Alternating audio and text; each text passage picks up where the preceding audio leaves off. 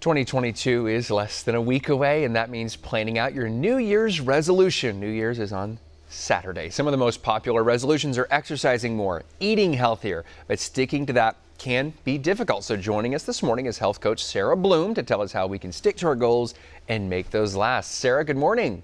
Good morning. So the last week of 2021, maybe folks want to get started early. Let's start making the changes now. You have a lot of really valuable advice.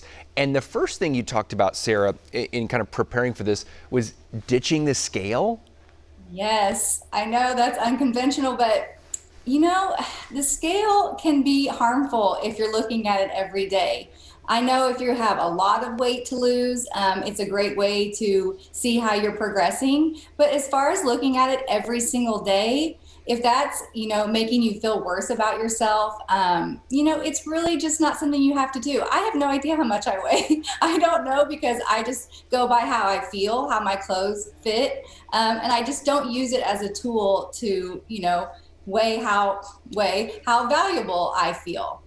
So I think for a lot of people, if you want to do it once a month, great, but keep in mind, if you're exercising, those last 5 to 10 pounds, if you're lifting weights or something, you may gain muscle. So if you get on the scale and you have gained a pound or two, then you don't want that to be something that makes you deflated, it makes you want to quit. So I just want people to keep them and be mindful about getting on the scale every day. So that's what I mean when I say ditch the scale. Okay, and the natural movement, Sarah, using natural movement and keeping it simple, what does that mean?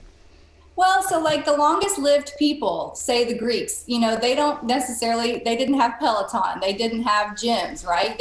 Their natural lifestyle is focused around movement. If you can walk to see a neighbor, walk to see a neighbor. If you can take the stairs, take the stairs. If you can garden outside or rake your leaves, if your lifestyle is planned around natural movement, then you're going to be getting more exercise in general. And then the people ask, what's the best exercise that you can do outside of that? Well, I would say it's the exercise that you'll actually do, right? If you hate a certain type of exercise, don't put it on your list. Just do something that brings you joy. Eating real food. Now, I know that I kind of know where you're going with this one, I think, because I eat candy. I eat some processed things. What are we talking about when we're talking real food?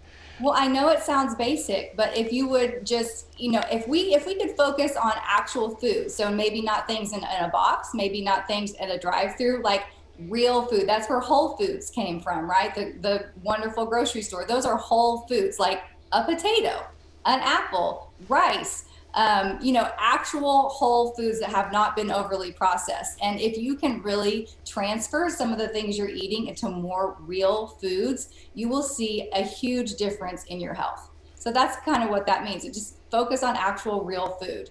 Does that tie into nurturing your body? You talk about nurturing yourself. What can we take away from that? Yeah, I say that because we're so hard on ourselves, and I feel like sometimes we fight against our bodies, right? I want to change this, and I'm going to make it do this. And really, we only have one of these little things, so nurturing means, well, maybe I can change my mindset. Maybe I can think, what can I do today to nurture my body? What does it need? Am I dehydrated? Am I not having enough water? Can I drink more water? Maybe just add that simple thing to the list. And instead of depriving yourself all the time, maybe I say, maybe I'll start adding a vegetable at lunchtime. I know my body uses that vegetable for energy and for all sorts of bodily functions, and that's why I need it, right? So that's more of the mindset of, instead of being so hard on ourselves, let's nurture our bodies and really take care of them. I like to think of it that way as opposed to being hard on my body.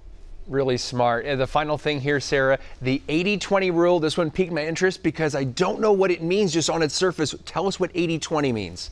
It's my favorite because it's really how we can look at how we're living our lives and with our goals, especially with our health. If you are doing really well 80% of the time and you have intention to do well 80% of the time, then you give yourself grace for that 20% of the time that it's just life. You're never going to do it perfectly, right? You may have a late softball game or basketball game and you have to go through a drive-through. You may make a bad choice at breakfast, but don't let that 20% in there be an issue to make you quit. So if you make a bad choice at breakfast, you have another chance 3 hours later at lunch, do better, right? So 80% of the time you're doing really well, and 20% of the time you give yourself grace because you're not going to do it perfectly. So that's the rule I live by. So 8 out of 10 meals, nail it, and then those other 2 meals, maybe, give yourself a little leeway.